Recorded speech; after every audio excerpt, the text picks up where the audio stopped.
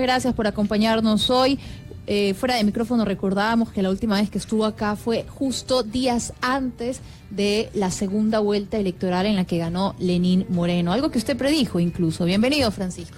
¿Cómo está, Gabriela? Qué gusto estar con ustedes y con los radioescuchas de al borde de la noche, ¿no? Así es. Sí, en efecto, estábamos conversando en los comerciales y recordábamos que, bueno, ustedes me invitaron y hablamos casualmente de esto que iba a pasar, de la situación. Yo les decía que obviamente la estrategia de campaña electoral de Guillermo Lasso había sido una estrategia pésima. Y yo lo dije, imagínense que no solamente lo dije en esta radio, porque al cerrar, fue un día miércoles, entre lunes y miércoles, que se cerraba la campaña, me entrevistaron en 3 radios más. Y entonces, a manera anecdótica, el fin de semana yo andaba así como preocupado, porque yo abiertamente había dicho que la campaña era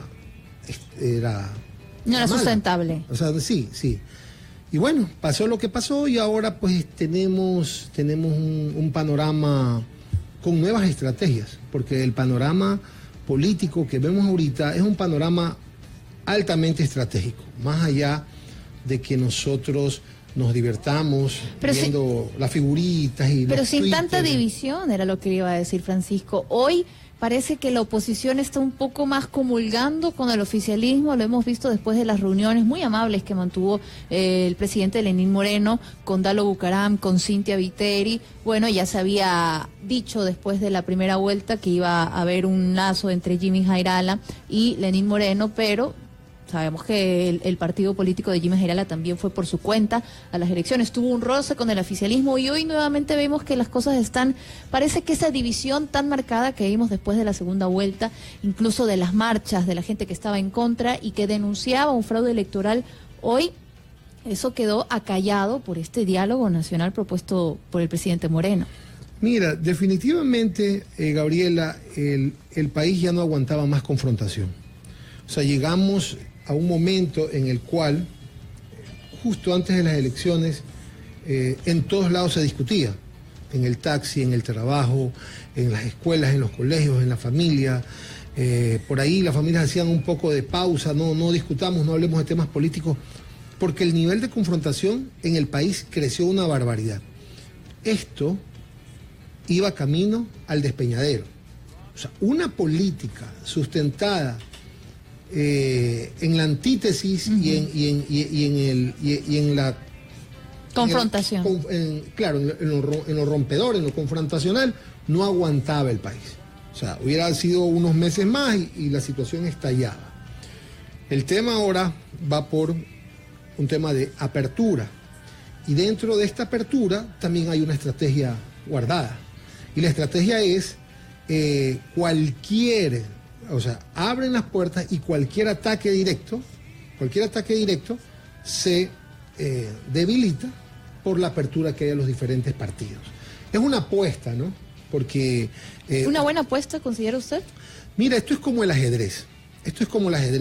Yo te voy a dar mi punto de vista. Yo creo que por el momento es una buena estrategia, ¿sabes?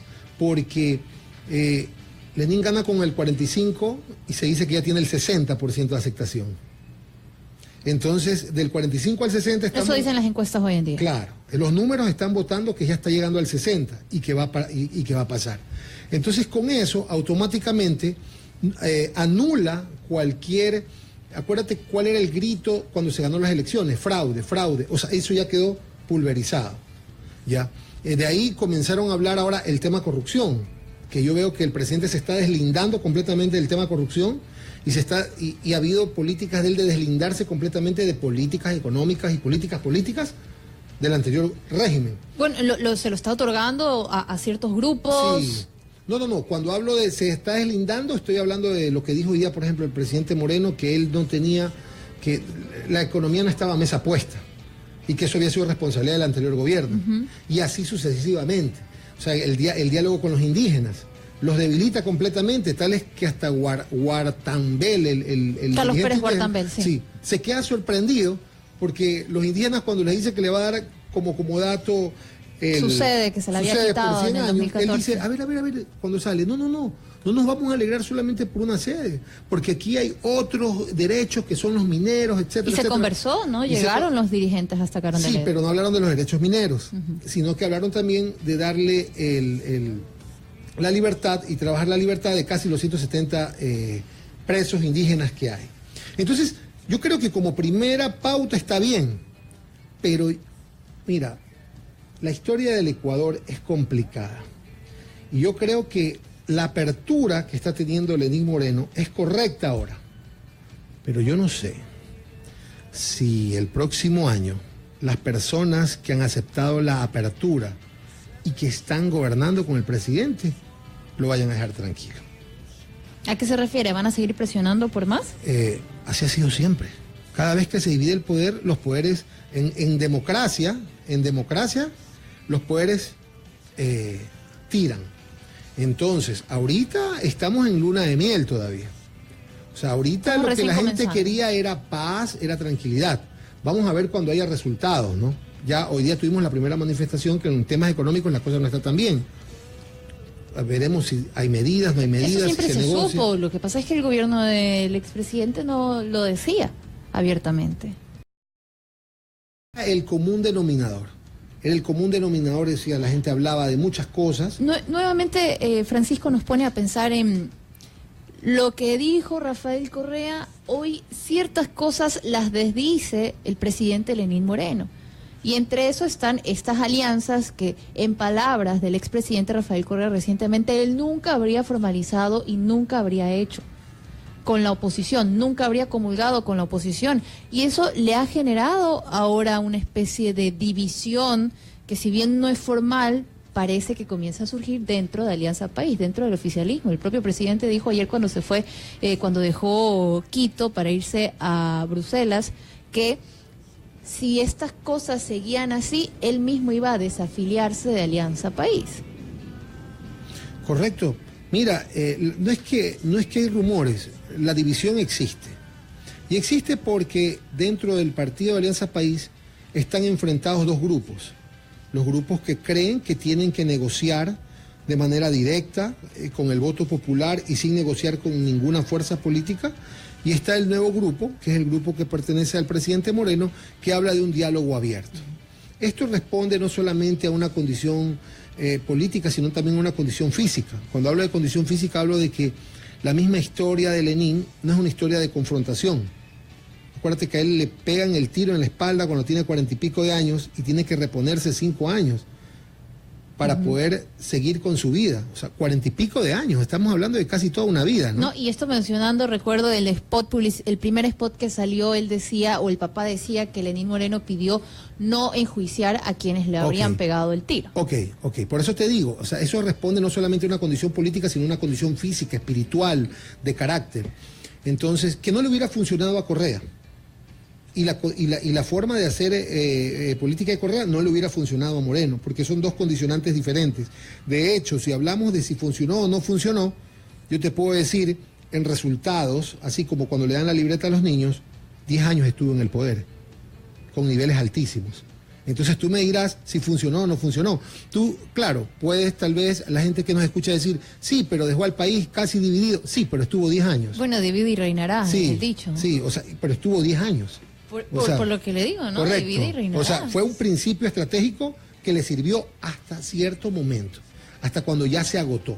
Yo también te comentaba fuera al aire, te decía que obviamente el Ecuador no está acostumbrado a tener un presidente más allá de 10 años.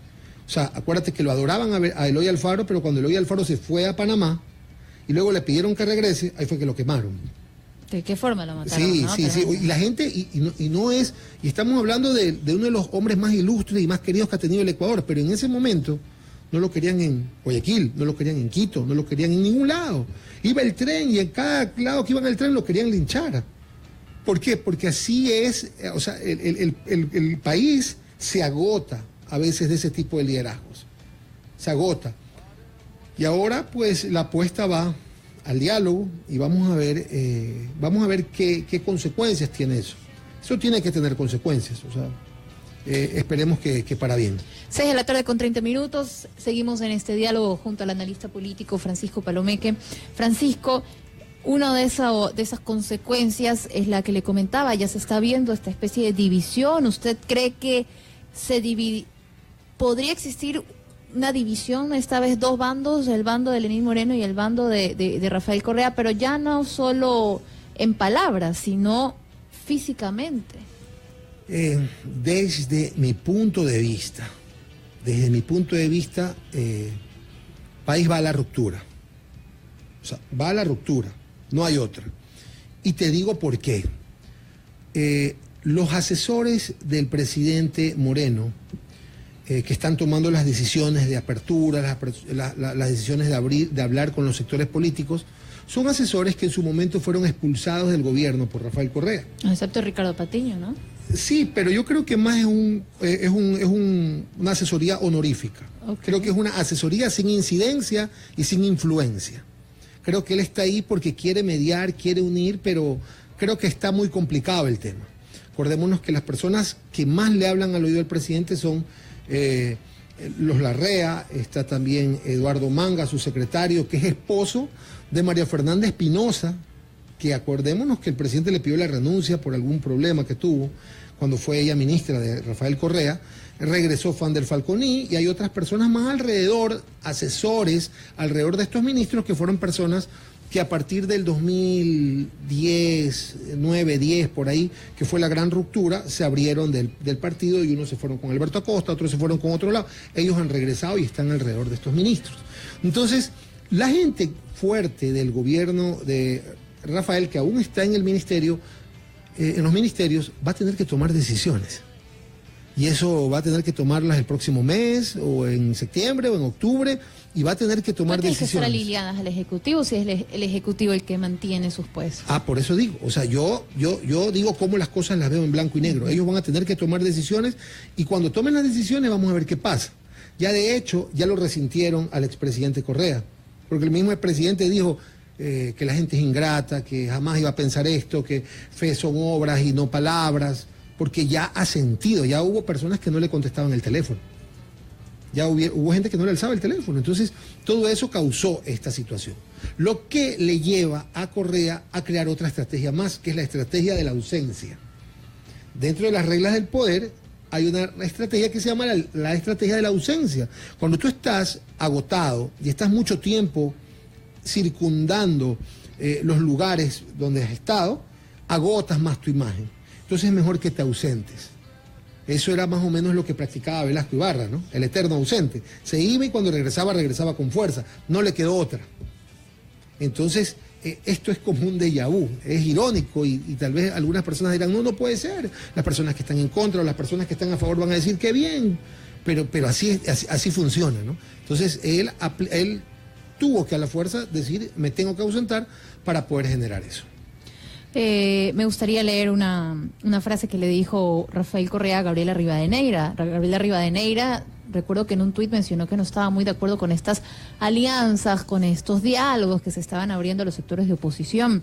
No podemos llamar, querida Gaby, dijo el expresidente, a falsas unidades. Si Alianza País no habla claro en esta coyuntura, no denuncia pactos inaceptables con el Bucaramato, la entrega de empresas públicas, mejor es que deje de existir Alianza País, porque nacimos para luchar contra eso, las compendas, la entrega, el reparto de la patria, cual botín entre piratas, así que hay que hablar hoy más que nunca, muy muy claro. Si no, seré el primero en desafiliarme de Alianza País porque no resisto eso, compañeros. Toda mi vida he sido coherente.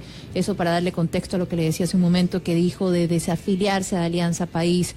Entonces, esta expresión tan fuerte con la que se va Rafael Correa y que deja como última imagen en nuestro país, ¿usted considera que no es conciliador? ¿Se va haciendo igual de confrontativo como toda la vida lo fue?